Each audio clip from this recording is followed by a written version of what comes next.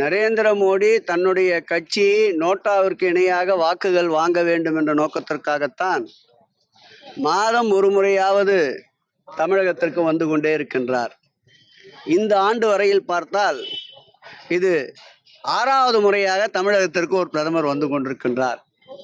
யாருக்கு வயிற்றில் புலியை கரைத்து தன்னுடைய கட்சியை தக்க வைத்துக் கொள்ள வேண்டும் என்பதற்காக தமிழகத்திற்கு தொடர்ந்து வருகிறாரோ அவருக்குத்தான் திராவிட முன்னேற்ற கழகத்தையும் இந்த திராவிட மாடல் ஆட்சியை பார்த்தும் புலியை கரைத்து கொண்டிருக்கின்றது என்பது எங்களுடைய கருத்து.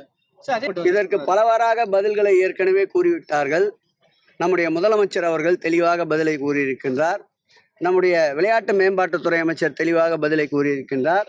நம்முடைய நிதியமைச்சரே தெளிவாக பதிலை கூறியிருக்கின்றார். அதற்கு ஒரே ஒரு உதாரணம், நம்மிடமிருந்து பெறப்படுகின்ற வரியை பொறுத்த அளவிற்கு நமக்கு திரும்ப அவர்கள் அளிக்கின்ற சதவீதத்தை பார்த்தால், நாம் அளிக்கின்ற சதவீதத்தில் 100% என்றால் 25% அளவிற்குத்தான் நமக்கு திருப்பி அவர்கள் நலத்திட்டங்களுக்கும் வளர்ச்சி திட்டங்களுக்கும் அளிக்கிறார்கள்.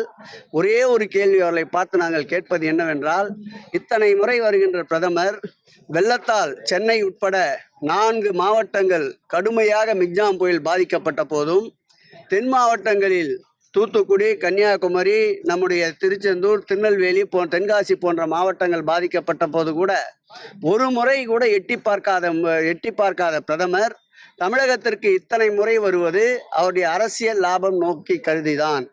அதே நேரத்தில் பாதிக்கப்பட்ட மக்களுடைய துயர் துடைப்பதற்கு இதுவரையில் ஒரு சல்லி காசு கூட மிக்ஜாம் புயலுக்கு நிவாரண நிதியாக தமிழகத்திற்கு வழங்காமல் வஞ்சிக்கின்ற பிரதமரை நடைபெற இருக்கின்ற நாடாளுமன்ற தேர்தலில் தமிழக மக்கள் வஞ்சிப்பதற்கு தயாராக இருக்கின்றார்கள். பாதகம் செய்பவரை கண்டால் நாம் பயங்கொள்ளலாகாது பாப்பா, மோதி மிதித்து விடு பாப்பா, அவர் முகத்தில் உமிழ்ந்து விடு பாப்பா. அண்மை செய்திகளை உடனுக்குடன் தெரிந்து கொள்ள இணைந்திருங்கள் இயம்நாடு தொலைக்காட்சியுடன்.